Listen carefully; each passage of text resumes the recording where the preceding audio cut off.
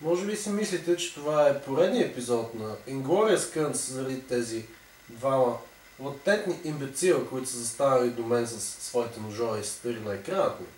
Но всъщност не. Това не е Inglourious Kunz, това е моят специален поздрав за 6-тият рожден ден на Операция Кино. Един от киносайтовете в България, които заслужават своето четене.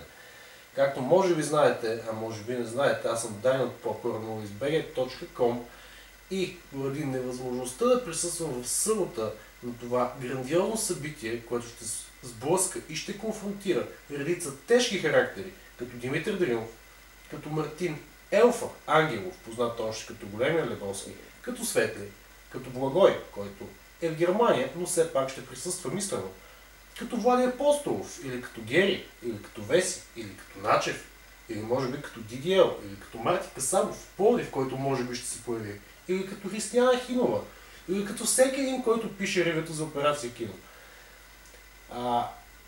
Забравих си мисълта всъщност какво исках да кажа, но идеята ми е, че партито ще бъде грандиозно, както всяка година.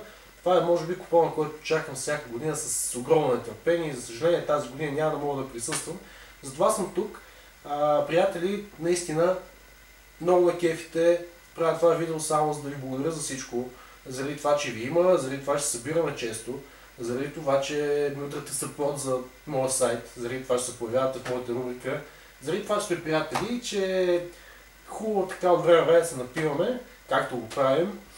Така че пожелавам най-вече успех на всички, все така да върви сайта, все така да сте готини, отворени, да посещавате скрининги, да обсъждаме, да се караме за кино, да става веселба, да има много хранилка във Facebook и на живо.